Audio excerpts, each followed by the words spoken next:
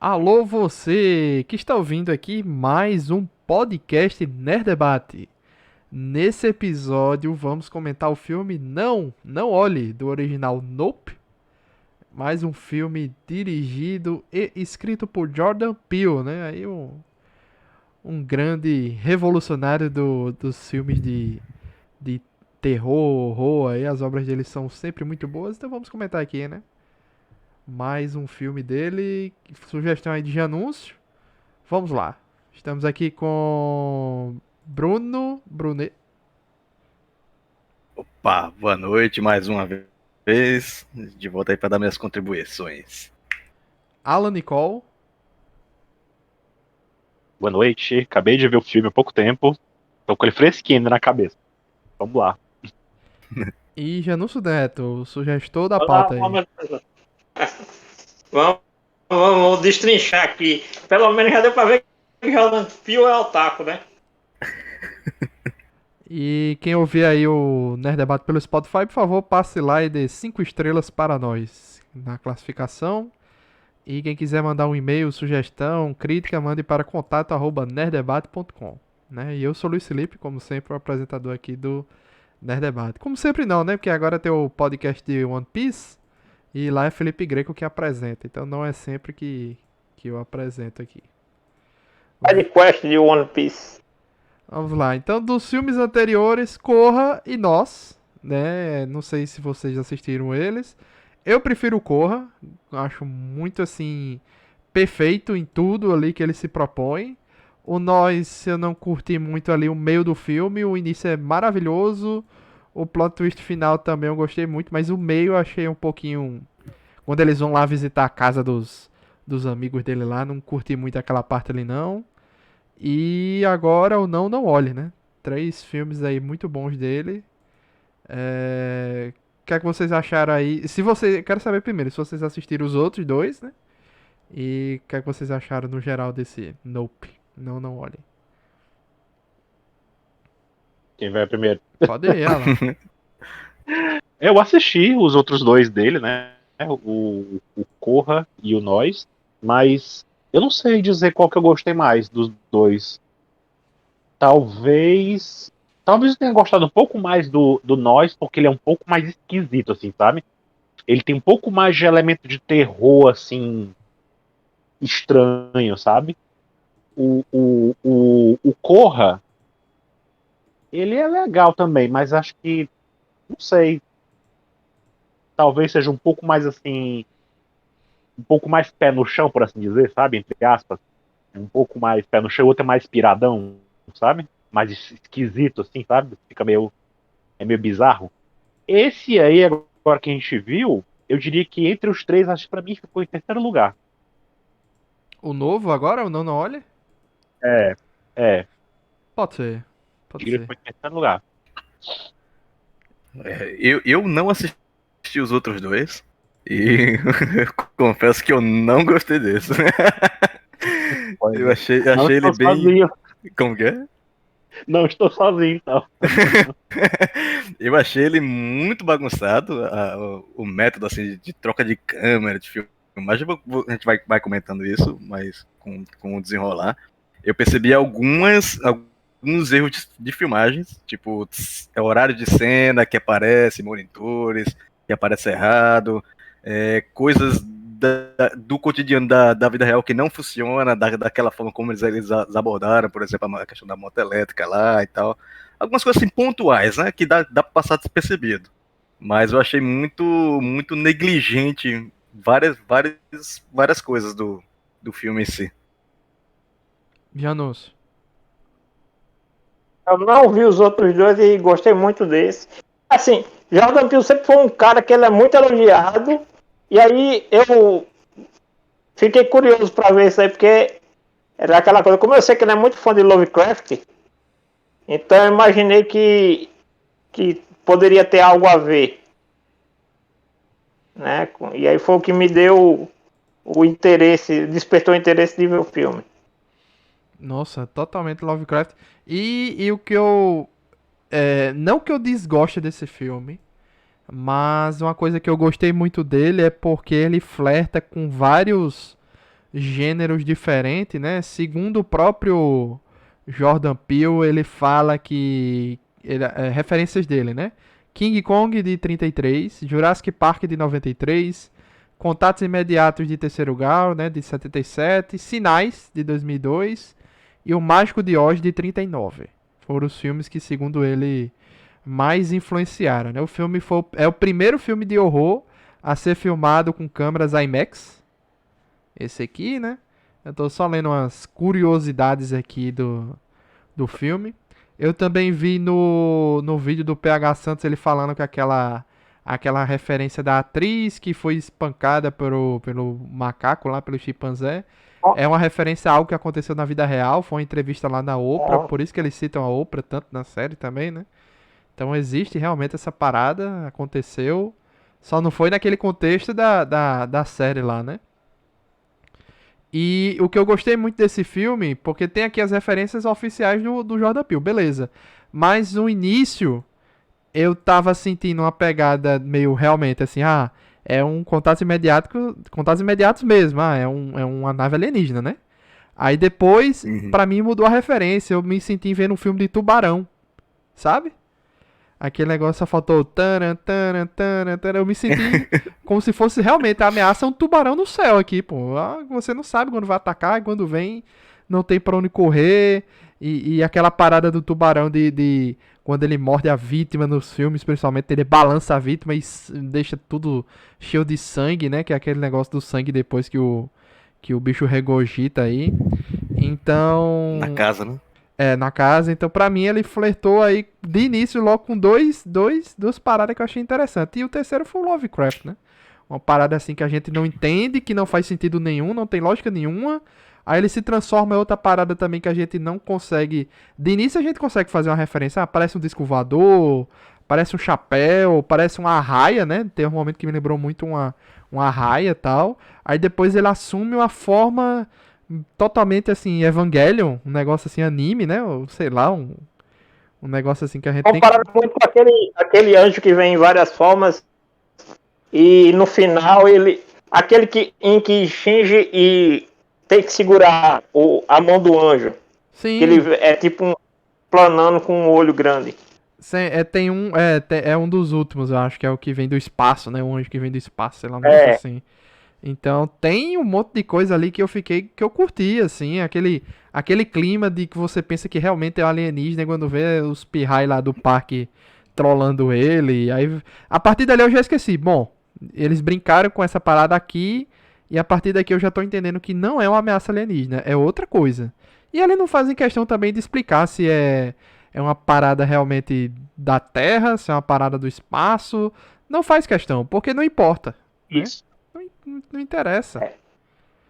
Mas Essa cena dos meninos lá com a roupa de ET, eu gostei. Só que eu fiquei meio triste quando eu vi que eram os moleques lá. Porra, cara. Teve dois momentos desse filme que eu realmente assim fiquei um pouco tenso, assim, que eu senti a vibe do terror mesmo. Foi esse momento das crianças, né? Que eu achei assim bem bizarro também. E aquela cena do macaco, pra mim. O resto foi tudo assim, eu fiquei meio, sei lá. Essa cena do macaco, eu não sabia que era referência de algo na vida real, como o Luiz estava falando, mas eu sentia. Mas não foi no sitcom, entendeu? Que tinha. Oi? Eu vi o caso, eu dei uma olhada no caso, é o seguinte: eram dois adestradores que tinham de animais, e eles tinham um chimpanzé, e uma amiga desses adestradores foi visitá-los e ela foi atacada. Aí chamaram a polícia, aí o chimpanzé avançou numa policial. E aí a policial matou o chimpanzé. Eu pensei que seria alguma coisa com algum tipo de gravação, algum filme, alguma parada. Mas a questão é porque essa mulher foi na Oprah, entendeu? Da entrevista, do mesmo jeito que aquela menina aparece na série, né? Com um pano na frente, um chapéu assim e tal. Mesmo jeito. Eu só senti uma foto de conexão. Eu não senti a relação desse momento do macaco com o menino lá, que depois vira aquele cara, né, adulto lá, que tem a família e tal, que os meninos, as crianças deles são aqui, né, se veste alienígena pra assustar o protagonista do filme, né? Sim. o OJ. Só que eu não senti a conexão. Eu esperava que ia ter alguma coisa a ver, sabe? Assim, que ele ia ter Também. um papel maior e tal. Eu também. Eu fiquei meio desapontado nisso aí, sabe? Parece que Aquilo ali foi uma só coisa para indicar 2 pontos. Primeiro que era o background lá do coreano, né? Do menino coreano, né? Que é o Glenn de Walking Dead. E também o lance lá do sapato, que é aquele lance do milagre ruim. Né? Uma coisa que não tem explicação. Que quem menciona pela primeira vez isso é o pai do OG, né? O lance do milagre ruim. Sim, tem aquela parada Pois do é, eu sapato que não tem explicação, né? Não tem explicação. Eu pensava que tinha alguma relação quando eu vi aquela cena lá do menino e tal, e o filme começa com uma história do macaco, né? Eu pensava que ele ia ter alguma coisa a ver com a solução da situação, entendeu? Quando eu Eu entendi que pensei era uma diferente, eu criatura, pensei a história que se tratava a de uma criatura, situação do eu pensava que ele ia ter macaco, alguma coisa. eu pensei que a situação do macaco, né, aquele ali, foi algo ocasionado por alguma coisa que também estava ocasionando algo aqui, né? Porque quando tem aquela cena do cavalo que olha aquele globo brilhoso, né? Aquele globo espelhado, e ele dá um coice, eu pensei que o macaco também tinha visto o balão, aqueles balões de aniversário espelhado, espelhou ele, e ele se revoltou a partir daquilo ali, e daí viria a solução de alguma coisa, com o capacete do cara lá que aparece no final, que também é espelhado, que pra mim, foda-se aquele cara, não teve importância nenhuma, assim, no geral, tirando deixar a moto ali, né? Aquele tem um gancho interessante nisso aí, que é um diálogo que a menina diz antes. Que é justamente aquele lance do risco dela. Que ela coloca naquela história que o cara lá, o jockey lá, foi gravado lá, não sei quanto tempo atrás, né? Que acreditam, o cara que filmou acredita o cavalo, mas não acreditam ao jockey porque ele era negro, né? E aí ela, naquele momento lá que o cara da TMZ aparece, eles ficam em pânico porque é aquele lance, né? O TMZ é conhecido por ser um site sensacionalista e ia roubar todo o crédito que era do trabalho deles, né? Mais ou menos ali aquele medo que ela tem ao ver o cara é justamente com esse lance que ela até fala. Ela usa um termo lá que é justamente esse lance de roubar algo que outro trabalhou em cima. Aí tem É um algumas. termo lá que ela usa. Já a gente volta com essa minha revolta ao o cara do TMZ, mas eu vi algumas interpretações, né, que tem algumas várias. Eu vi um aqui no site, no Filmou, né, na página do filme, né, o filme está, deixa eu ver como é que tá a votação dele aqui. Média 3.6 de 5 é o que tá aqui nesse site, que é um desses sites brasileiros de avaliação de filme, né, que eu tenho uma conta aqui, aí todo filme que eu assisto, ou série, ou anime e tal, eu venho aqui e boto minha nota, certo? Eu deixo aqui minha nota pra ficar registrado o que eu assisti pra eu mesmo lembrar, entendeu? Ou se precisar recomendar alguma coisa, eu venho aqui e vejo o que eu assisti pra recomendar tal. Aí tem uma interpretação aqui que o filme é uma crítica, né? O monstro verdadeiro do filme, assim, toda aquela parada, é uma crítica ao cinema blockbuster, uma das avaliações de alguém aqui que colocou, né? Que ele diz assim, pode ver que a criatura rejeita algumas coisas. Por exemplo, os arames farpados, a criatura vomita. Os arames estão lá para representar a violência. Por isso esse tipo de entretenimento é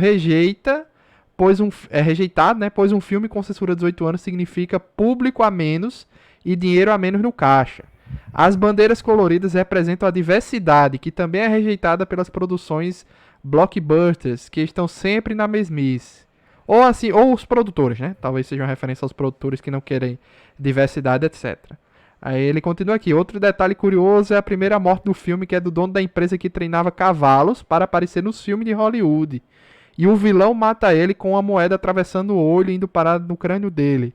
Uma referência ainda mais clara de que o OVNI representa o que o cinema se tornou, puro comércio.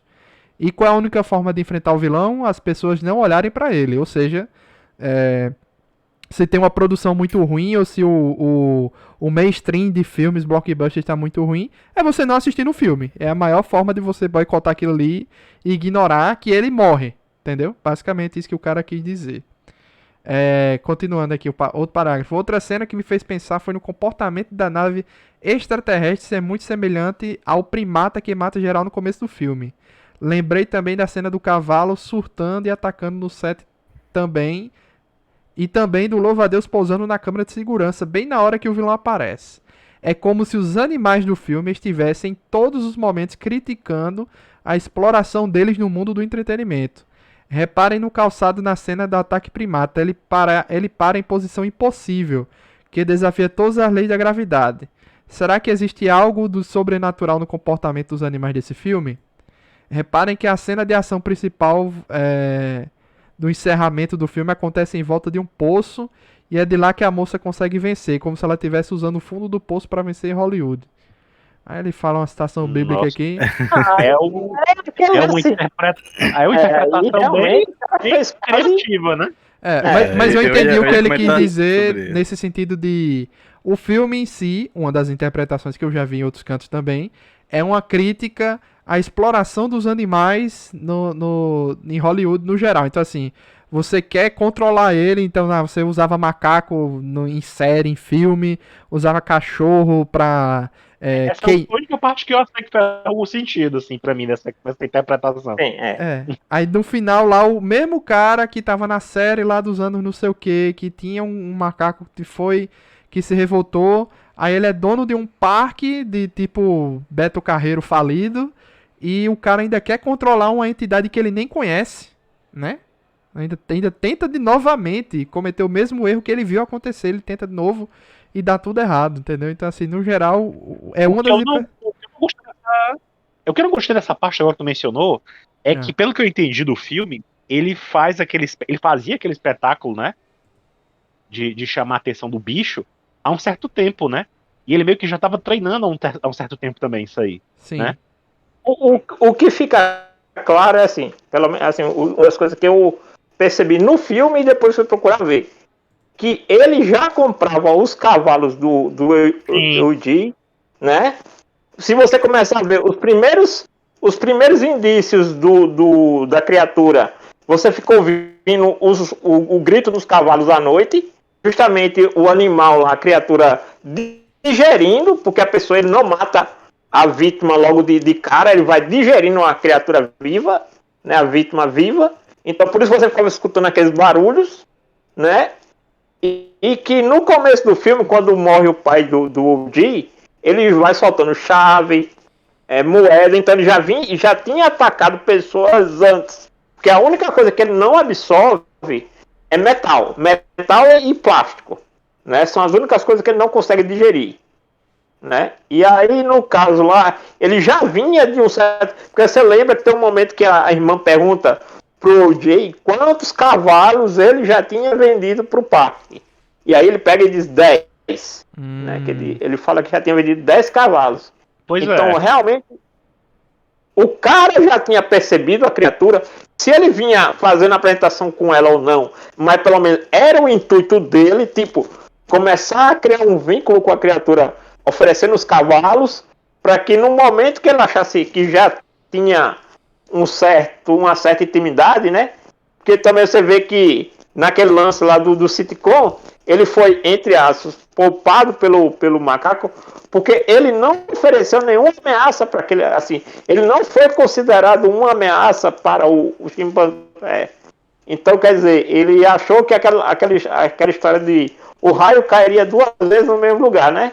Bastaria ele não ser uma ameaça para aquela criatura que ele iria se dar bem novamente, né? Ele iria escapar. Né? E aí era a chance dele, com aquilo, poder alavancar o parque, né? Tem um outro contexto também que eu vi no vídeo, acho que foi da Isabela Boscov, ela comentando o filme, é que um outro contexto é a questão que até recente pouco tempo aí, sei lá, no Reino Unido, se um negro encarasse um branco assim de cara a cara, né, ficasse encarando, podia ser considerado um crime, né, e a pessoa ser presa, levar multa, alguma coisa assim. Então pode ser um dos contextos desse filme, né? Não olhe diretamente, um negro não poder olhar diretamente para um branco e tal. Então você tem que ir de cabeça baixa, né? Você não pode encarar a ameaça, né? Eu gostei Desse ponto de vista dela. É assim, dos 3 filmes do Jordan Peele, certo? Analisar, esse é aonde a questão étnica norte-americana é a menos gritante, vamos dizer assim, é a que está menos em evidência. Porém, ela está lá. Assim, ele mudou a temática do filme para uma coisa mais sci-fi, mas ele continua lá com os, vamos dizer assim, os alicerces dele, né? Os protagonistas dele são negros, né? Ele sempre pega aqui e ali, em menor ou maior grau, ele pontua algo na história da relação dos negros com o cinema, né? Como aí no caso foi esse lance do resgate lá do vídeo do Jockey, né? Porque se você lembra, assim, a maioria das pessoas vai ver algum registro cinematográfico do começo do cinema, vão lembrar sempre dos irmãos Lumière, né? É, e Assim, aquilo ali sempre realmente a é um referência que todo negócio mundo- de verdade, né, Janus? Aquela cena ali de... É histórico. É histórico, É realmente. uma questão histórica, quer dizer, é um registro, é um dos, assim, o primeiro registro cinematográfico da história, Foi um homem negro né? cavalgando E um aí cavalo, ele né? faz todo, e aí também tem aquele lance que aí o PH também fala, a Isabela Boscov também fala, que é também aquele lance que esse filme também ele tem muito do western, principalmente na trilha sonora. Se você for olhar, na trilha sonora tem muito tema de western no disco, né? Então, assim, também aquele lance, né? Como Hollywood, ela usou e abusou do western durante décadas e simplesmente depois relegou para um nicho do nicho, né? Que é provavelmente o que vai acontecer também com o cinema de super-herói, né? Vai ser usado até as últimas consequências, e aí depois vai ser um gênero jogado de escanteio, né? Então, assim, o Jordan Peele, ele usa muito disso. Se você ver também tem aquele lance que ele consegue usar a criatura tem que ser gravada com câmeras analógicas. É até engraçado que eu lembro que tem um comentário, não lembro agora onde foi, e o cara fala assim: já reparou que todo aparecimento de OVNI, todo caso envolvendo UFO, os registros sempre tem que ser no pior lugar, com a pior luz, com a pior câmera. Sim. Então, assim, você vê que aí no caso a criatura só podia ser o vídeo dela só podia ser feito, né, o registro fotográfico, cinematográfico dela só podia ser feito com material analógico. É porque ela né? faz E você vê também pulso lance... eletromagnético ali, uma área eletromagnética que interfere. E a primeira Eu achei isso aí percebeu? bem bizarro, essa colocação no filme. Ela ficou bem bizarra. Muito mal colocado essa questão do analógico, do jeito que eles colocaram. Porque assim, faz sentido a questão do pulso negar, impossibilitar, né, a filmagem e tal, por questões eletrônicas, né, elétricas e eletrônicas. Só que numa era ali que se passa o tempo do filme, ninguém tinha uma câmera com um zoom de 50 vezes ou algo do tipo, porque tinha uma área de alcance desse pulso. Tanto que quando você vê aqueles bonequinhos que eles colocam lá, os bonequinhos vão caindo. Quando o bicho passa para outra região, os anteriores se levantam. A área do pulso realmente Então, é uma área perto do bicho, né? Uma câmera com zoom resolveria tudo. Um celular que eles estavam usando lá, ela tinha, acho que era um iPhone, não prestei atenção não, muito bem não, mas são coisas atuais, né? A temática do filme ela é bem atual, é bem recente. E eu achei assim tudo isso muito desconexo. Inclusive a questão que o Janus tá falando da trilha sonora também. A trilha sonora não encaixou nada ali. Parecia que eu tava assistindo um filme épico. Aliás, uma trilha sonora de um filme épico inserida num filme meio de terror, com um misto de alguma coisa que, na realidade, no final a gente descobre que não tem nada de terror, né? A gente fica esperando ali a questão do terror, mas não tem nada de terror. Não, a sensação que eu tive da trilha sonora desse filme foi a mesma sensação que eu estava assistindo Coração Valente tocando Queen. Sabe? Não, eu Então achei é uma música. o final achei meio estranho, assim. Achei meio esquisito. Eu não tinha pensado nisso, nessa questão de zoom, então era só, tipo, botar várias câmeras de longe, filmando tudo de longe, né? Um zoomzão ali. Exato. Sabe o que é o detalhe? Também. Essa questão do zoom E- também. Não tinha pensado nessa solução aí. Mas todo Mas aquele eles final também ali, abordam isso desde a chegada do cara da rapidinho, TMZ, quando chegou o cara da TMZ, eu pensei, bom, isso aí com certeza já deve ser alguém que tá investigando esse monstro há muito tempo, né? Pra tá usando um capacete daquele de reflexivo Pensei daquele a mesma jeito, coisa. né? Parecia uma coisa assim, um caçador de alien, um caçador de UFO. Mas é uma coisa. A única coisa que eu acho que eu destaco nesse filme é que o Jordan Peele, o diretor, ele gosta de subverter as expectativas da gente. Ah, com Tudo certeza. tudo que eu esperava que fosse acontecer, não aconteceu. Ele é bom Exato. nisso, ele é Tudo, bom nisso. tudo que eu imaginava que ia acontecer, não aconteceu. Tudo. A Por questão isso que do eu macaco recomendo, não tinha nada a ver com assistam nada. os outros filmes dele, o Nós e o Corra. São filmaços, assim, recomendo a todo mundo que assiste esses dois filmes, né? Até o Infiltrados na Clã, que eu acho que ele é produtor, roteirista, é muito bom. O Além da Imaginação dele, que tá na Prime Video, ele tem 2 temporadas. É uma roleta russa de coisa boa e coisa ruim. Assim, tem episódio bom, tem episódio muito ruim. Mas assim, recomendo, porque é nessa pegada. São episódios menores, né? Aí, Que contam coisas assim, do mesmo jeito que Alan tá dizendo. Subverte a sua expectativa com coisas sobrenaturais ou de horror, de terror e tal. Eu acho. aí bacana. nesse contexto de subverter a expectativa, de ser uma coisa que não se encaixa com o que a gente está esperando, eu não estranhei tanto a questão da trilha sonora. Porque realmente parece. Às vezes ele quer ser um western, mas ao mesmo tempo também parece ser o filme do Tubarão, como o Luiz falou, né? Então, assim, é uma mistura de coisas que não combinam, mas cinematograficamente falando, pra mim parece interessante, entendeu? Pô, É teve como se uma o filme hora. fosse. O jeito de fazer o filme fosse legal, fosse uma coisa que me deixou assim. Impressionado, o jeito de fazer que ele faz o filme, eu achei interessante como ele mistura essas coisas que parecem não ter nada a ver e mexe com o que você esperava e não é aquilo que você esperava, né? Mas a história em si eu não gostei muito, assim, no geral. Mas uma coisa que eu achei também que me pegou, lembrando agora, uma coisa também que me pegou, que eu nem esperava que ele fosse fazer, foi ambientar a resolução do filme todinha na manhã. Eu pensava que ele ia usar essa coisa que o cinema sempre usa de terror, de usar a escuridão, de usar a sombra, de você não ver o bicho direito, sabe? Mas E não, ele mostra muito, né? teve uma cena Não, no escuro teve lá no quando o cara tá começo, no. né? Não. Teve no começo, Ele- mas a resolução da história, ela se dá toda de manhã, num plano assim, claro. Ah, sim. Você vê o bicho bem. Não, Ele não se furta de mostrar o que é o bicho, entendeu? E no detalhe, no final, quando chega a polícia, todo mundo já viu a criatura. Aquele lance Isso. que não viu antes é porque ela se camuflava. Tanto é que o primeiro cara que percebeu que a criatura estava lá, que na época ele pensava que era uma nave, né? Foi o cara da assistência técnica.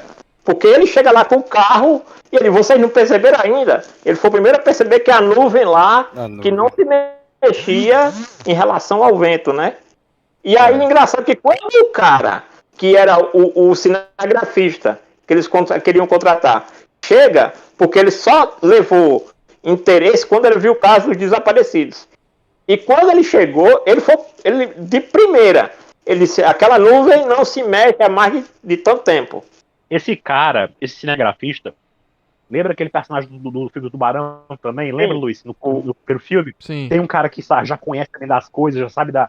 Sabe? Ele parecia que já tinha experiência com o assunto, sabe? Eu também. Tá, Eu não porque gostei desse ele- cinegrafista porque mostra ele vendo uns vídeos de predadores, né? Aí eu pensei, bom, esse cinegrafista. Ele tem cara de ser tipo um especialista em predadores, porque ele tava vendo, se eu não me engano, um vídeo de uma cobra comendo um leopardo. Então eu pensei, bom, Vários animais diferentes, várias cenas com animais diferentes. aí eu pensei, Várias bom, cenas de ataque. ele vai vir com a solução, porque ele vai entender que o bicho lá, a nuvem lá, o disco, sei lá o que seja, é um predador, né? Então ele vai vir com alguma solução pra isso aí. Bicho, eu achei uma coisa tão triste ali o final do cara e assim, totalmente decepcionante. Achei a presença dele na história, porque ele é trazido como um grande documentarista. De novo, quebra a expectativa, né?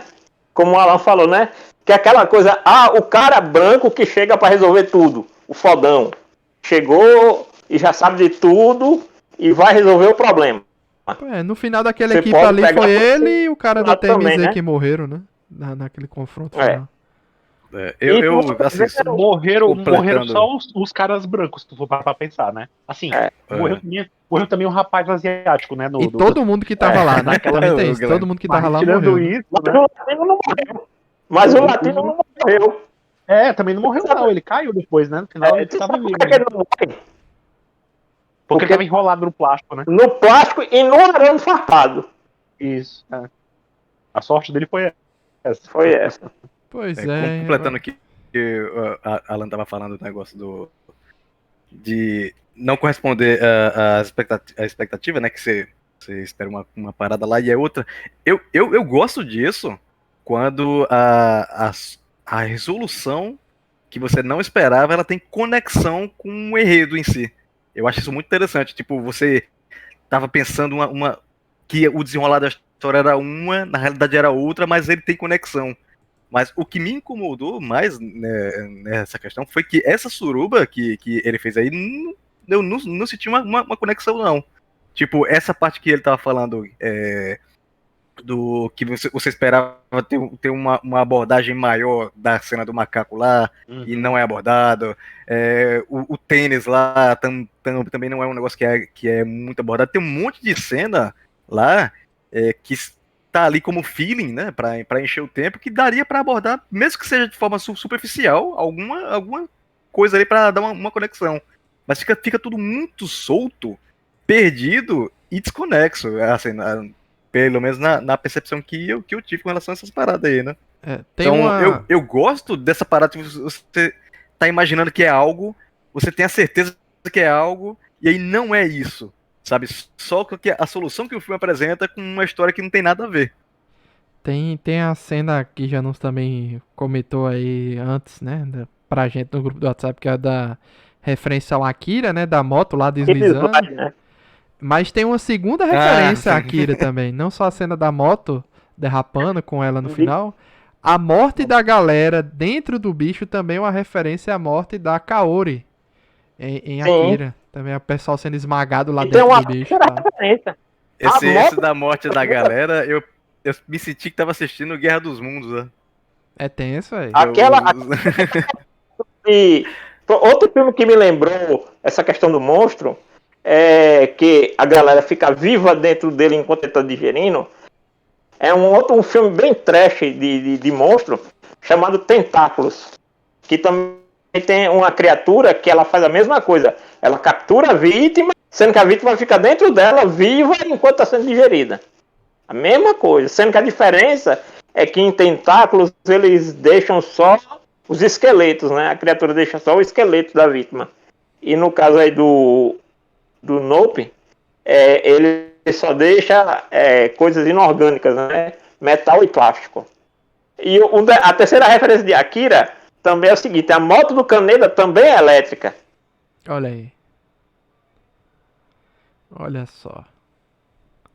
Não foi só o lance de fazer o Akira Slide, não. Ele pensou até no esquema da moto ser elétrica para poder... E detalhe que ele tinha sido convidado pela Warner para take de Akira e ele negou fazer. Ele não quis fazer. Inclusive tem no YouTube, tem 2 vídeos. Um que é ele avaliando as teorias dos fãs. As teorias mais malucas dos fãs. E aí ele vai e comenta. E outro é uma entrevista que ele concede. E aí o entrevistador fala justamente da manobra lá do Kaneda, né? Que é o Akira Slide. Cara, você vê como ele gosta de Akira. Assim, que eu vi uma entrevista dele falando do quanto ele gostava do Katsuhiro Otomo, mas assim, ele tem uma reação que parece esses moleques de evento de anime. Eu consegui fazer e tal. E comparando os 3 filmes assim, esse aqui é o que tem um desenvolvimento mais devagar, né? Acho que leva pelo menos 1 hora pra gente ver realmente algo ali, né? Só tensão até então, né? O contrário dos outros 2 filmes, porque Corra, ele é tenso do início ao fim. Ele é todo tenso. Quase não tem descanso, né? O Nós, ele já começa na tensão e depois a gente vai respirando mais, mas o começo é muito tenso, né? E esse aqui é o que mais demora realmente pra gente realmente ter a sensação do que entender o que realmente está acontecendo ali, né? A gente saber de algo e tal. Mas e esse cara é o mesmo Bom, pra mim protagonista do passou o filme Corra. todo e eu não entendi ainda. É o mesmo protagonista do Corra, E ele. o que eu achei legal é que o Di, né? Que é o Daniel Kaluuya, ele, em todo momento, assim, ele é o protagonista o tempo todo, tipo, ele é o cara caladão que se relaciona melhor com os animais do que com as pessoas. Ele é quem descobre, né? Que a criatura não é um OVNI, mas é um ser vivo, né? E aí ele tem aquele momento lá do insight que ele lembra do cavalo, né? E aí ele é quem entende aquele esquema de não olhar para a criatura para ela não se sentir desafiada, né? Ah, cara, eu morri de rir, que eu acho que a única cena assim que eu realmente achei engraçada do filme todo, que eu ri de verdade, é aquele momento que ele tá na van, aí ele vai tentar sair. Ele fala o nome do filme. Naquele olha, exatamente, que ele olha pra cima, só uma brechinha ali, ele, não, não, não, não, não, não. Aí ele fecha a porta, Ele vê a criatura, né, em cima dele. aí E a ele fala, criatura joga um não, cavalo em cima dele, aquele cavalo que ele usou de distração, né? naquele cavalo. Aí ele Até dorme. agora eu não sei se aquilo. Já não estava falando do negócio de metal e plástico. Aquele cavalo era de quê? Eu pensei que era de cerâmica. É. Engraçado que aquele cavalo, a menina pegou do parque do cara. É. Que o cara pergunta lá, né? Ele vai lá e pergunta onde é que você arrumou esse cavalo? E ela vai e pergunta junto. Tanto é que Ela dá uma é de um dos doida, né? se eu não me engano, é um dos motivos da galera aí e pregar uma peça nele é a questão do cavalo, né? Que E esse que ela roubou lá. que diz, O você Jake roubou o fala, né? cavalo Você roubou aí. o cavalo dele? É verdade. Engraçado também, o pessoal acha estranho também, uma coisa que eu lembrei agora. No começo, né, quando nas primeiras cenas lá do OJ, que ele tá levando o cavalo para aquele set de filmagem, né, e o pessoal estranha porque ele se chamou OJ, né, e o OJ talvez seja porque uma referência também ao OJ Simpson, né, que era um assassino e tal, e aí talvez o pessoal achou estranho ele ter esse mesmo apelido, né, assim, as iniciais de um assassino. E engraçado que eles dão pra a criatura o mesmo nome do cavalo que a irmã dele perdeu, né? Que é o Jim Jack. É verdade. Esse filme, eu acho que é justamente isso. Não vai agradar todo mundo.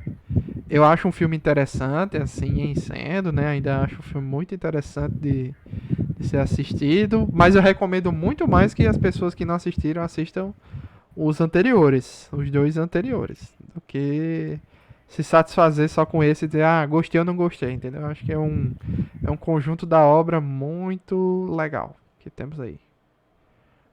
Eu tava fazendo uma matéria pro portal hoje sobre a questão do Aquiles Slide.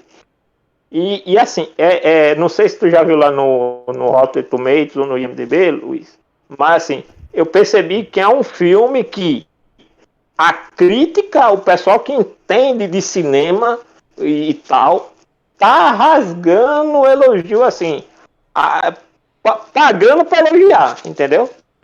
Assim, tipo, pessoal de câmera, pessoal de edição, pessoal de som, direção, todo mundo, assim, é só elogio positivo. Lá fora, né, Estados Unidos e tal, dizem que é o melhor filme dos três dele. Pra você ter ideia. Lá fora. Então, essa já não vou assistir os outros, então. Não, eu acho que tecnicamente ele pode ser mesmo. Assim, como eu falei, ele tem muita coisa visualmente interessante. Essa coisa da forma como ele foi feito é legal, sabe? Só que a história em si, no geral, não é a mais interessante, na minha opinião. Eu acho que a dos outros anteriores, do Corra e do Nós, são mais interessantes. Você fica mais intrigado. Quando você sai do cinema, você fica pensando na história, no filme. E esse não, esse ele se resolve ali mesmo. Você não tem muito o que pensar, não, sabe? Assim, é aquilo ali e acabou. Entendeu? O que O eu Nós, percebi, não. Aí no final você fica picado ali, sabe? Com as coisas. E no Corra também. Eu fui em Você busca fica aqui pensando, nossa, mas aquilo ali. de orçamento, né? Eu vou até ver, eu vou comparar com os outros, tá aqui. Mas o orçamento desse filme foi 68 milhões de dólares. Aqui no Brasil o filme tá chegando atrasado. Ele já saiu desde faz alguns meses lá nos Estados Unidos, né? Já faz algum tempo que já tinha estreado por lá. E ele tá lucrando atualmente, né, desde julho, que ele já tinha estreado lá nos Estados Unidos. 136 milhões de dólares ao redor no total, né? Total. Nos Estados Unidos foi 116 e no resto do mundo é 20 milhões porque ainda tá estreando no resto do mundo. Beleza, 68 milhões de dólares para esse filme. Vocês sabem quanto custou Corra? 4,6 milhões de dólares. E o Nós foi 20 milhões. Então é mais de 3 vezes o orçamento do Nós. E umas 10, muito mais de 10 vezes aqui, 20 vezes. 20 vezes o o orçamento do orçamento do outro. Corra. Não foi 4 outro, né? Foi. Porque dá pra perceber mesmo, assim, que de fato E o têm um Corra, investimento maior desse tipo. o Corra Corra é faturou menor. nos cinemas 255 milhões de dólares. E o Nós faturou também 255 milhões de dólares. Os dois filmes anteriores faturaram a mesma coisa, né? Então, esse aqui teve um orçamento E maior. outra coisa, assim, o Corra, ele é um filme que tem muito enfoque na atuação dos atores, né? Na interpretação. Não tem muito de efeito especial o filme ali, todo sabe? se passa Tem numa aquela coisa casa, praticamente, né? não tem muito, assim, nada extraordinário com relação a cenário, né? A efeito visual. Não tem muito, assim, né? O Nós não. O Nós também já tem um pouco mais de investimento. Você sente que é um filme maior mesmo, né? Tem uma coisa maior envolvida ali, tem muito mais gente trabalhando nele e tal. E esse também eu sinto que é um pouco maior também, até pela questão dos efeitos especiais também, né? Pelos efeitos visuais, pela a coisa toda dos bichos que usam, enfim, toda a coisa que eles usam lá da morte das pessoas. Enfim, parece que realmente tem uma proporção maior esse filme mais recente. Um outro detalhe que eu tava vendo também das pessoas falando lá fora é que uma das coisas que realmente assim, eles estão comentando positivamente é esse lance que o filme proporciona várias interpretações. Cada pessoa pode ver e avaliar do jeito que achar melhor, né? Então, tipo assim... E isso, particularmente, eu acho isso meio problemático para qualquer coisa. Porque algo que tem qualquer interpretação é algo que não tem embasamento, sabe? E isso eu só vejo como um ponto negativo para qualquer coisa que você faça, seja filme, seja música, seja assim, o livro. diretor falou assim, o Jordan Peele, ele tem a definição do filme, ele não fez um filme amorfo, vamos dizer assim, mas ele também não se incomoda que as pessoas tenham suas próprias visões sobre a obra, né? O que deu a entender foi isso.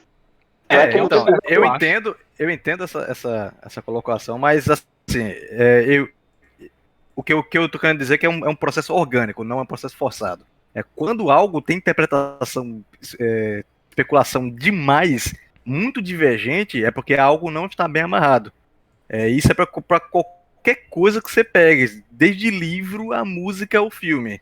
Quando algo tem especulações muito antagônicas ou divergentes, ou por aí vai, é porque algo não está amarrado. Tá solto, banal demais. E essa é a impressão que eu tenho no filme mesmo. Eu vi aqui que, segundo o Rotten Tomatoes, né, os especialistas realmente dão uma nota muito alta pro filme, mas quando vai pra audiência, aí dá uma caidinha assim no gosto da galera, né, de estar gostando ou não. Eu ia tocar nesse ponto aí. É um filme realmente que a crítica ama, mas a audiência não tá curtindo tanto assim. É isso que eu ia falar. Tipo, é igual a ópera, sabe? Assim, se você pegar as óperas, aí eu vou puxar um pouco de sardinha pra ópera porque eu sou músico, né? Se você pegar óperas, elas não são... óperas não são bem aceitas no público geral. Mas se você pegar a questão técnica e tal, e por aí vai, definição, a parte de composição, é um negócio extremamente trabalhoso. Só que a gente entra num problema. É bom porque tá técnico demais, ou é bom porque tá todo mundo gostando? Eu sabe? vi aqui Então, que o Corra é o isso único que dos três filmes aí que realmente público e audiência amaram, né? O Nós e agora o Não Olhe, eles têm uma divisão maior, assim. A crítica geralmente gosta mais do que a audiência. Depois. Porque o problema é que eu enxerguei, assim, que eu nem tinha enxergado, né? Comecei a perceber algumas coisas a mais com o que o Janusson falou aí, né? Que a crítica lá fora gostou, falou técnica de filmagem, a parte de som é boa, sabe? Então, eu concordo com a questão técnica em si, eu não senti problema. Tipo, a filmagem é boa, posicionamento de câmera. Tem uma técnica de câmera que a galera tá usando agora que me dá agonia, que é a câmera tremendo o tempo todo, balançando. E nesse filme não tem, eu gosto disso. A música, ela é bem feita, só que eu acho que tá tudo mal encaixado. Sabe? São coisas boas que estão mal encaixadas. Essa é a percepção que eu tenho. E aí, quando o Janus falou essa questão aí que a crítica tá só elogio, a gente pode entrar num problema que é algo ser específico demais para um nicho ou elitizado demais, como é a questão das óperas. Você pega, por exemplo, quais teatros aqui no Brasil tem ópera? Nenhum, sabe? Mas quando você vê quando a crítica vai lá olhar, tem 5, 6 assistindo, os caras é só elogios, mas tá tudo vazio, sabe? Porque ninguém tá gostando. Então talvez, eu tô falando isso aqui, é uma suposição. Talvez seja o caso do filme. A crítica ela vai elogiar por questões específicas, esporádicas, né? Questões muito técnicas, mas a conexão em si, o feeling, digamos assim, pro público geral, ele pode não existir, sabe? Que foi a percepção que eu tive. Para mim, tá tudo muito bagunçado. Por exemplo, eu até anotei aqui, 1h10 de filme, tem uma transição de cena lá, que tem quase 5 segundos de tela preta, sabe? E você não sabe o que está acontecendo, que é quando eu até fiz um trocadilho aqui na anotação, eu botei quando o chapéu engole o pessoal, sabe?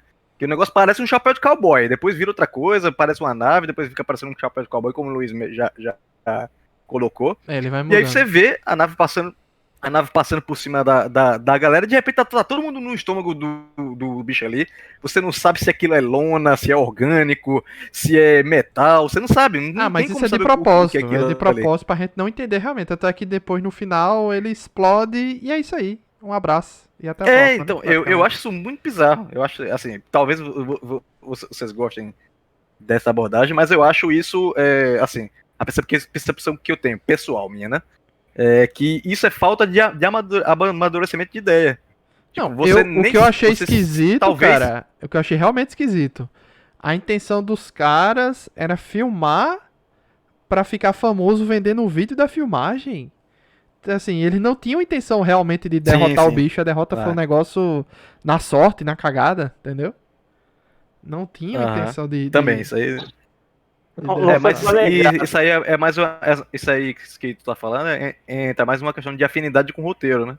Tipo, eu queria que fosse outra coisa e tal. aí também entra no que o Alan tava falando, né? Esperar uma coisa e é outra. Mas o ponto que eu tô querendo levantar aqui assim, eu tive a percepção de falta de coerência mesmo, assim. Coerência que eu digo não é nada... não tô me falando... Não tô me referindo à questão de eu gostar ou não do enredo. Eu tô querendo dizer, tipo, eles amarrar um ponto a outro pra você concluir uma história de forma que o final seja entendido, sabe? E aí, pra mim, ficou muito solto isso aí. Uma das coisas que eu vi também, assim, que esse lance que o Luiz falou, é porque justamente ele tentou pegar e levar pro filme aquela coisa que acontecia muito nos anos 90, que era aquele lance do espetáculo do sensacionalismo, né? Então o interesse deles não é diferente de Tubarão, que é uma caçada para enfrentar uma criatura assassina. A motivação dos caras era levantar dinheiro, porque eu lembro que eles estavam em dívida lá com o negócio do rancho, né? Estavam falidos praticamente, né? Então, assim, a primeira motivação deles era ganhar dinheiro com aquilo, né? Assim, eles não estavam eles não foram movidos pelo fato que a criatura matou 40 pessoas. Eles foram movidos pelo fato de sobreviver, porque a criatura percebeu a existência deles naquele ambiente ali, que era um ambiente que ela considerava como o ambiente dela, né? Tanto é que aquele lance lá dela levar aquele despejar sangue na casa, meio que era como se ela estivesse demarcando território, né? Eu percebi isso aí também, tive essa sensação. É muito Você tá esse falando. lance, assim, se você pegar o lance do macaco, o lance dos cavalos, até o próprio comportamento da criatura, você vê que ele tenta colocar, assim, talvez não tão como o Bruno colocou, né? Não de maneira tão eficiente, essa questão de como é a relação de uma criatura selvagem com o ser humano, né? Que está ali invadindo, entre aspas, né? Que para a criatura, aquele terreno sempre foi dela, né? Porque aí também, assim, o filme não coloca pra gente há quanto tempo ela tá ali, de onde ela veio, se ela é daqui, se ela não é daqui. Porque, inclusive, o lance como ela se alimenta, né? Que ela suga a galera como se fosse um mini tornado, né? Eu vi uma pessoa comentando, tipo, quem garante que não existam outras criaturas como essa ao redor? Por exemplo, a gente sabe que nos Estados Unidos tem o período dos tornados ali numa determinada região, né? Isso. Então, assim, quem não garante que nesse período de tornados essas criaturas não apareçam? Né? Não sei. Ou então são elas que causam isso aí quando elas saem para se alimentar, né? Exatamente, né? E aí também tem aquele desaparecimento de pessoas que ninguém sabe de onde, para onde vai, né? De onde, como some e tal. Então, assim, nesse ponto aí que é a questão mais Lovecraftiana, engraçado que uma coisa que eu também vi é que ele foi procurar um amigo que era oceanógrafo ou estudou vida marinha para desenvolver o conceito da criatura. Esse lance, inclusive, de manter a presa viva enquanto está digerindo, é uma questão que eu vi também em Águas Vivas. Se você perceber aquele final, Isso. ele lembra muito uma água viva, né? Assim, Isso, eu ia tocar nesse ponto aí. A impressão que eu tive é que virava isso mesmo, tinha uma espécie de água viva, né? E esse comportamento tem isso nelas mesmo. Elas não digerem o alimento, né? A presa, né? Elas absorvem lá e vão digerir com o tempo. Igual que não sei se são todas, mas cobras fazem isso também. Uhum. Engole lá o bicho e vai sendo digerido com o suco lá interno, né? Eu tive essa sensação aí também. Assim, né, nesse ponto, vamos dizer assim, esse lance de não explicar, não mostrar durante uma boa parte do filme, né, e não usar uma forma que as pessoas identifiquem ou compreendam, é a veia Lovecraftiana que o Jordan Peele tem e ele não nega. Né, ele nunca negou, tanto é que ele trabalhou na produção lá da série do Lovecraft Country, né? Então, assim, Muito bom, inclusive, ele gosta muito assim de beber nessas fontes dele e assim, eu vi um cara do canal de um canal no YouTube, ele explicando assim, ele não fez um filme que é um monte de referência aglutinada, mas para quem conhece sabe que tem as referências que moldaram vamos dizer, o arcabouço cinematográfico dele, né? Tem Hitchcock, tem Spielberg, tem Lovecraft. Então, assim, você vê que tem tem o próprio Katsuhiro Otomo ali também, né? Então, assim, você vê que ele colocando um repertório de coisas que ele trouxe para dentro da forma dele contar histórias, né? A partir do momento que eu ele tive já essa traz sensação de Spielberg aí também.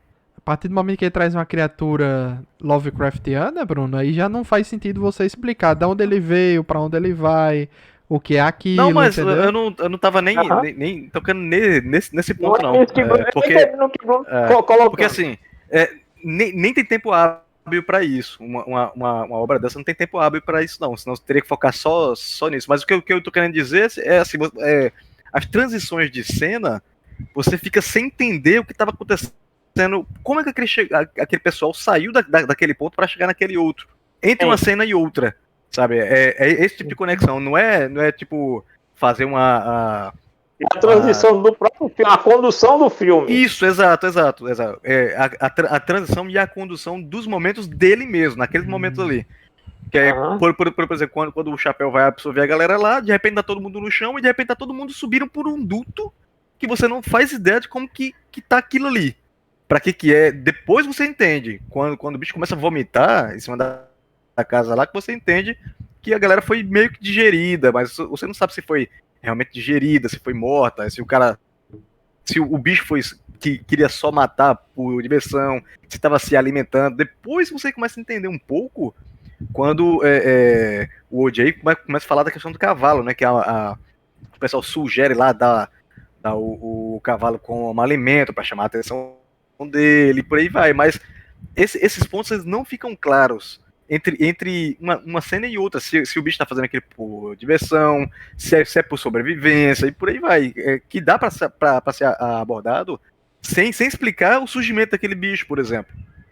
Então, essa questão aí de você não saber se é um OVNI, se não é, se é terrestre, e por aí vai, embora seja uma característica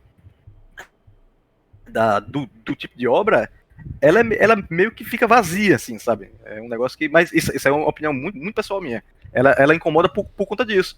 Você vai jogando pontos, joga dezenas de pontos e não explica nenhum, sabe? Então você não sabe o desenrolar dessas coisas. Tem um monte de errinho ali que eu fui percebendo e anotando. Eu vi que teve exemplo, um erro de filmagens. Teve um erro de filmagem comprovado mesmo aqui, tá até aqui no IMDb e tudo, que é quando tá tendo as filmagens daquele sitcom, tem um momento que tem um corte, que tem um personagem que tá em pé e do nada aparece sentado. Tem a hora que eles estão olhando a gravação da filmagem lá, de repente o horário tá em 9h35 e de repente, quando a cena sai e volta, tá 10h40 e pouco, sabe? Nossa. Como se tivesse passado 6 minutos, vai passar 1h e 6 minutos. Então, aparentemente os caras...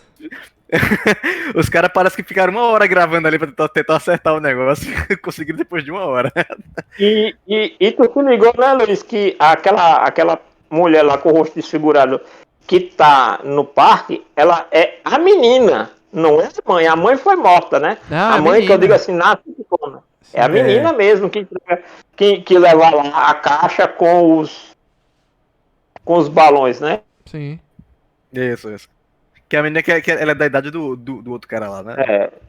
Do Glenn. Do Glenn. Eu não consigo desvincular o ator do personagem. É o Glenn Vaqueiro.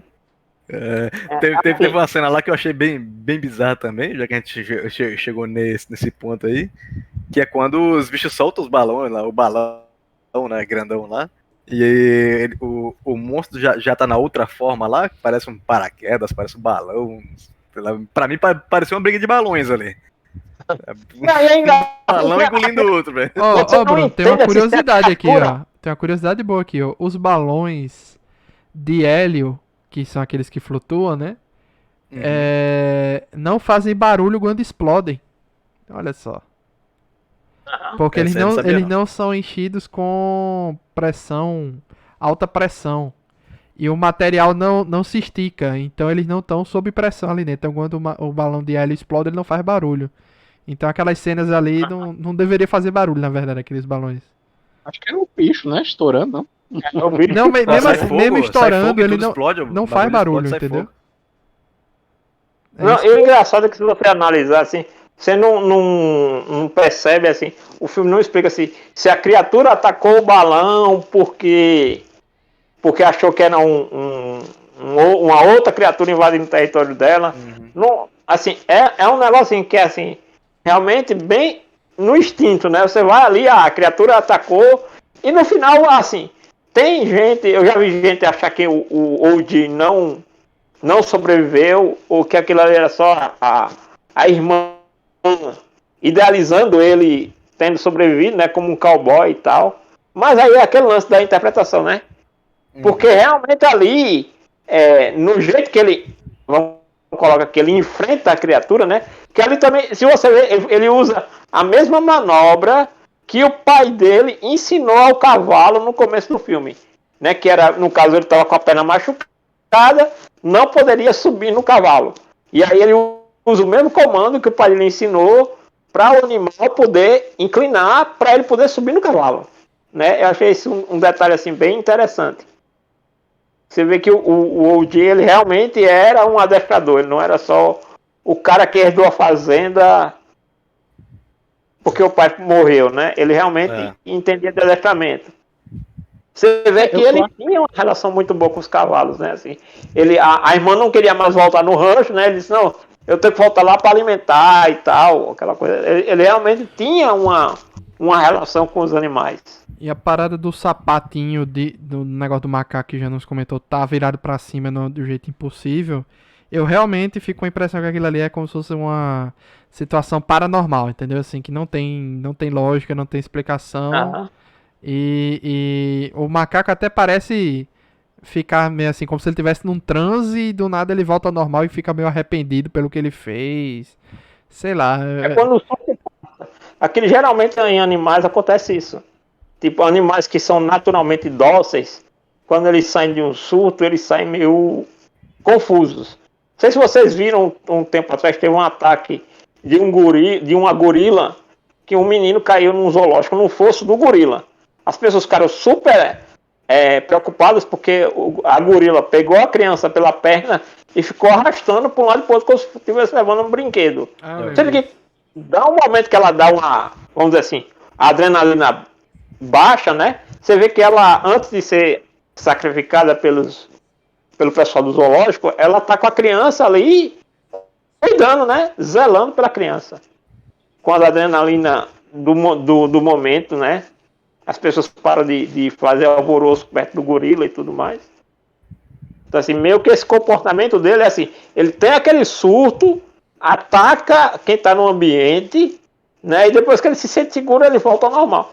Tanto é que é por isso que ele não ataca o menino, né?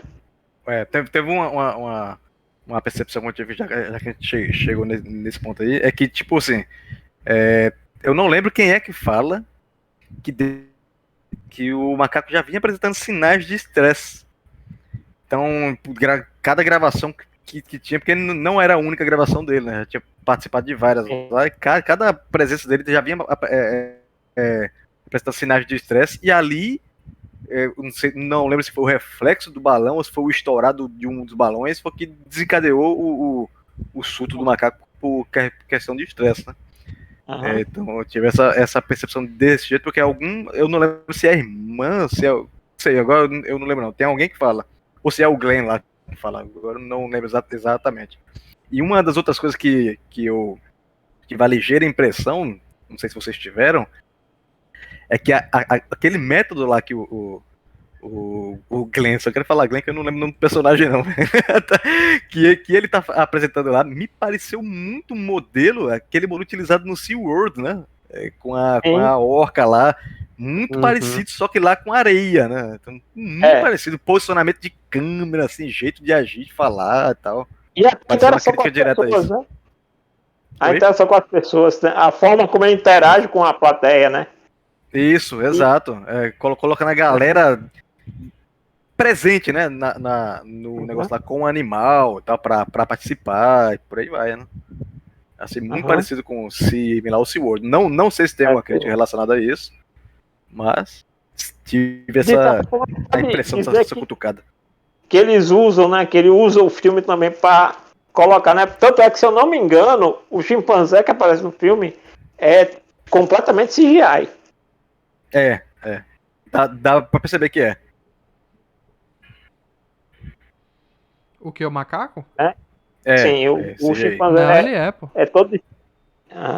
Foi o que ela falou, falou aí no começo, que ele era... Então, assim, meio que parece uma caixa do Umbrella lá. Esse lance de... Porque se você vê, a indústria cinematográfica, ela também foi mudando ao longo das décadas. Tipo, sempre acontecia uma tragédia em set. Vocês vão lembrar, não sei se vocês vão lembrar daquele filme lá, como é que tem a ver com Além da Imaginação, onde teve um acidente terrível, onde 2 crianças morreram. Foi no próprio filme, aí, na própria gravação do Além da Imaginação, tem o personagem principal tinha que fugir com 2 crianças.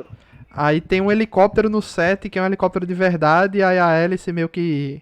O helicóptero ali perde o controle, cai e corta todo mundo ao meio ali. Aí, quer dizer, esse lance do macaco lembra E teve vários, não sei se vocês lembram que antigamente era até de certa forma comum, se você procurar no YouTube, você vai encontrar muito vídeo de gente levando animais em programas de TV e tudo mais. E com o tempo isso foi mudando porque vez ou outra tinha um surto de um animal, né? Eu já vi o caso de um ataque de um urso em um programa de TV. Mas acho que teve até aqui no Brasil o caso de um repórter que ele foi interagir com a sucuri o braço do cara, ele ficou todo agoniado. Ele não soltava, né? Eu acho assim que eu não sou muito a favor não, sabe, de um animal de verdade fazendo filme, essas coisas. Até que nesse filme todos os cavalos são de verdade mesmo e tal, né? Cavalo, o pessoal meio que abre uma exceção, né? Mas isso que Janus tá falando aí, é perceptível quando você pega filmes anos. Se você vai passando, se você fizer tirar uma tática para fazer uma transição, você pegar um filme dos anos 70, 80, 90, 2000, você vê até que é cada vez menos presente a questão de animais. E isso é por uma questão tanto ética como legal, né? Que vai crescendo não só por questões de acidente, que tinha vários mesmo, mas por questão de maltratos animais também, né? Isso hoje é considerado uma forma de maltrato. Porque por mais que os próprios tipos hoje em dia também, né? Não tem mais isso, exatamente. Porque por mais que o animal não seja maltratado no set, mas às vezes a forma que ele foi treinado, ele é treinado de uma forma em maus tratos, para ele aprender, né? Então isso também teve esse debate todo aí, essa discussão.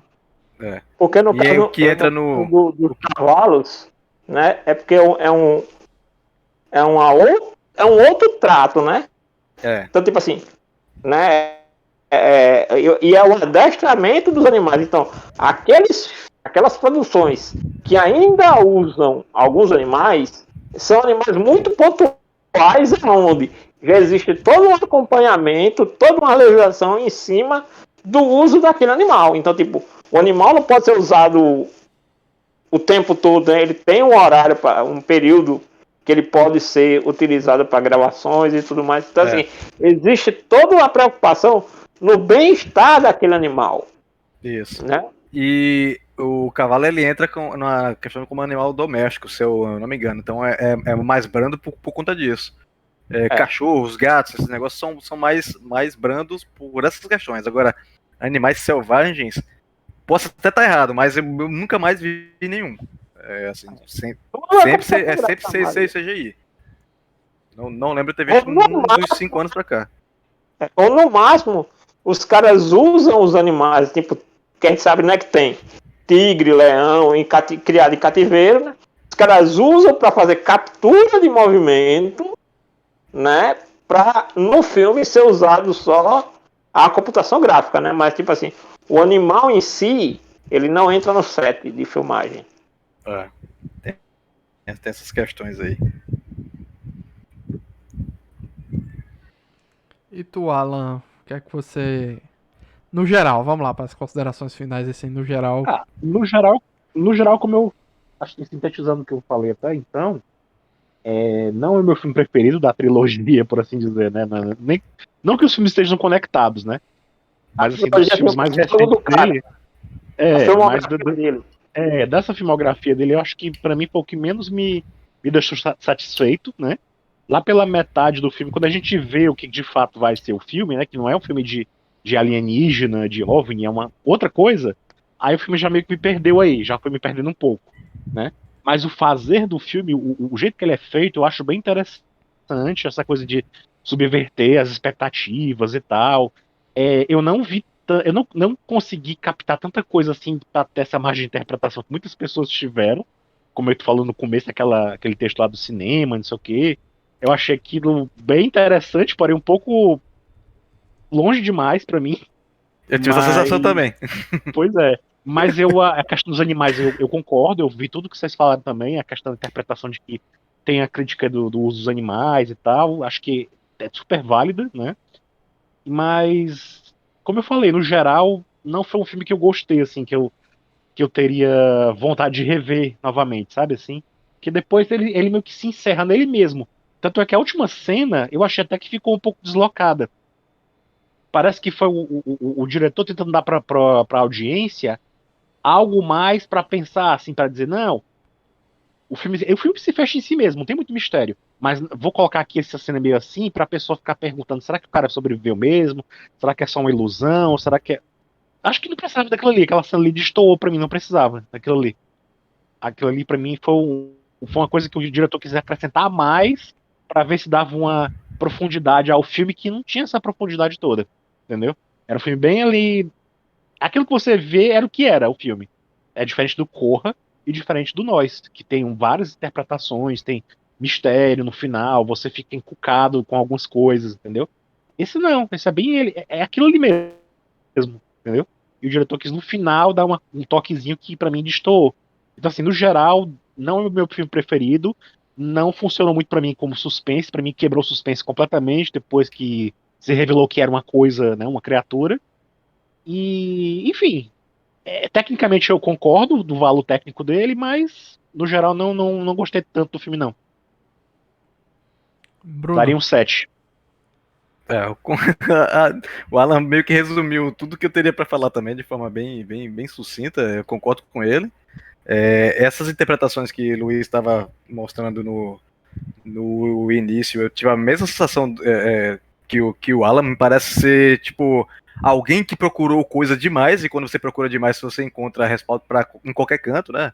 É aquela galera que vê a imagem de Jesus em bunda de cachorro, né? Então me pareceu algo do tipo essas interpretações. Claro que eu estou sendo um pouco esdrúxulo, digamos assim. Mas boa parte dessas interpretações, se elas são coerentes de fato, elas estão extremamente implícitas, que talvez nem o diretor tenha percebido isso. Então, essa sensação que eu tenho com a mesma do Alan. Tipo, porra, da onde que os caras conseguiram perceber isso? Parece que procuraram demais. Então, essas... assim, quando a gente começa a ver definição de tudo para tudo, geralmente é porque a gente procurou demais e está criando conexões com algo externo. Tipo, você gosta do autor, você gosta do diretor, você gosta dos atores em si, e aí você vai colocando pontos que não é presente naquela obra. Me pareceu isso. E essa desconexão que o Alan falou também, quando chegou no meio do filme, eu falei, puta que pariu aí. Broxou legal, porque nem é suspense, assim, é um suspense, mas é um suspense bem aquém do que eu esperava, do jeito que me indicaram o filme, né? Nem é terror, que você acha que é um terror no início, nem é sobre OVNI, nem é... Me parece ser um monte de apanhado, como a gente já bem colocou aqui, só que muito desconexo mesmo. Essa é a impressão que eu tive. Então, pra mim, eu daria, sei lá, um 3 de 10 aí, e não quero ver esse filme nunca mais, né? Vai lá, Janus. Assim, eu gostei do filme, até porque eu não perdi tempo procurando esse tipo de interpretações, porque assim, eu acho assim, cada um pode encontrar, e como o Bruno falou, né, vai procurar e encontra o que quiser em qualquer coisa. Bula de remédio, o cara pode encontrar, né, a coisa mais significativa da vida dele. É só o que ele tá querendo ali encontrar ali, né? Então assim, o filme, como meu interesse foi ver só realmente o filme pelo filme, eu gostei, não me desestimulou ao longo do filme, mas assim, eu fiquei muito consciente que também ali a vibe, aparentemente, do Jordan Peele, não era a mesma vibe que ele teve nos outros filmes, né? Assim, que você vê que o Corra e o Nós, né, ele tem muito crítica social, muito crítica da relação racial norte-americana, da própria visão que o mundo tem nos Estados Unidos, né? No caso do Nós. Mas eu acho que nesse ele se permitiu fazer um filme que ele queria, assim, no quesito, vou fazer aqui uma ficção, assim, em que eu possa me divertir. No caso, para ele, eu não acompanhei os outros filmes dele para poder dizer assim, tem um padrão Jordan Peele aqui. Não tenho essa experiência, mas assim, me agradou. Não é algo assim que diga, nossa, é o melhor filme de ficção já feito. E eu acho que também não é a ideia dele. Gostei das referências porque assim ficou muito nítido assim o que é que ele, as coisas que ele gosta, né, de como consumidor de cultura pop, de cinema, de quadrinhos, essas coisas. Mas realmente eu concordo que não é o filme assim que, nossa, vá fazer tanta repercussão. Mas aí eu lembro aqui, Luiz, daquele podcast que a gente gravou sobre O Ataque dos Cães, que também foi um outro filme muito bem avaliado pela crítica, pelas pessoas da indústria, né? Se comentou até que era o melhor trabalho do Benedict Cumberbatch, então, né? E aí no Oscar não deu nada praticamente, né? E era um filme que era muito bem cotado pro Oscar, né? O Ataque dos Cães, né? E eu acho que nesse também tem muito disso, assim. É um filme que eu acho que ele dialoga muito mais com quem é da indústria do cinema do que quem é o povão. Ali tá, claro, quem quiser ir ali só pra desligar, como gostam de dizer, apesar de não gostar da frase, né? Desligar o cérebro pra curtir, vai encontrar isso aí também, né? Um filme que não seja tão profundo, nem exija tanto do entendimento, né? Mas assim, eu gostei bastante, pra mim foi uma experiência válida, né? Ter visto o filme. Todo mundo sabe que eu gosto de ser enganado nos filmes, nas séries, tá? Eu gosto de ser enganado, de ter plot twist, de ter essas coisas. Então, assim, essa parte aí eu gostei demais. O que eu não gostei realmente foi algumas coisas que para mim não casaram muito bem, como o próprio o cara da TMZ que aparece, o cara que veio pra filmar o cinegrafista lá. Também não curti muito a presença dele, que pra mim não serviu de nada. A questão, assim, eu pensei realmente que ia ter uma ligação maior entre o caso do chimpanzé e agora esse aparecimento desse bicho, talvez uma coisa que não tem, assim, conexão. Eu entendo que realmente existe uma crítica do filme para essa questão de utilização de animais em Hollywood ou algo assim do tipo. E deve ter alguma coisa ali, alguma intenção do Jordan Peele na questão da algumas coisas que o bicho come e joga de volta. Deve ter um contexto filosófico aí por trás, né? Mas a questão dos animais eu acho bem óbvio, bem claro assim, essa crítica da questão da utilização de animais, tal, etc. Mas o filme no geral, realmente, dos três dele é o que eu menos gostei. Não tenho intenção de assistir de novo, né? E até pra recomendar os outros, eu acho que eu não recomendo muito não, sabe? Assim, que... a não ser que seja assim, você já viu os outros, beleza. Se não viu os outros, eu recomendo primeiro ver o Corra, depois ver o Nós, se você quiser você vê seguir. Entendeu? Porque é um negócio diferente, é um ritmo diferente, né? Sei lá, velho. Mas assim, assistir o filme pra mim foi uma sensação bem tensa. É um filme tenso. Ali no começo, quando já vai depois para o plano de ação dos caras, eu não tive nenhuma tensão. Zero, de verdade. Não, assim, até quem morria, quem não morria, eu já tava nem ligando mais, entendeu? Eu só queria ver a solução do filme. Somente. No final. Tá ali, vendo? né? Você sabe quando o negócio tá bom ou não, quando você quer que ela acabe. Pois Eu só é. queria ver o encerramento da parada. Pois é, porque eu cheguei num ponto. Bom, não vai ter explicação mais de nada, né? Vai ser só cena agora de ação final pra ter uma solução aqui e tal. Então eu já não tava interessado em ver o que é que ia vir mais pra frente. Então eu fiquei até feliz que o monstro aparentemente morreu. Porque, bicho, se não morresse, matasse todo mundo, fosse embora, tá? Não ia curtir tanto, assim. O desfecho eu gostei, mas assim, aquela ação toda final ali eu não curti muito, não. O plano dos caras, não, velho.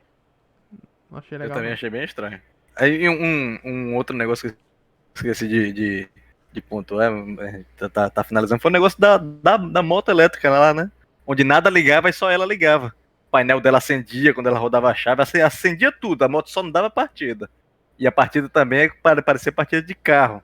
Então, são esses pontinhos que, assim, mostra que o filme não tem muito tratamento, sabe? Porque partida de moto não é rodando chave. Você roda a chave só pra acender o painel, você aperta o botão. Seja elétrica, seja com combustão. Então lá ela liga a moto, ela roda a chave e sai andando com a moto. Então partida assim é partida de carro, sabe? Então esses pontinhos que Um modelo foi específico me da moto, mostrando... né? Como que é?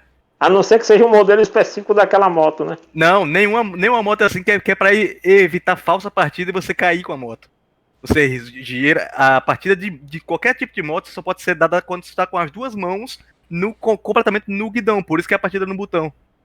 E lá ela roda a chave e já sai andando, porque se a moto estiver engatada na primeira, ela sai voando. Mas eu acho que isso aí Você tá sem as mãos. pode ter sido um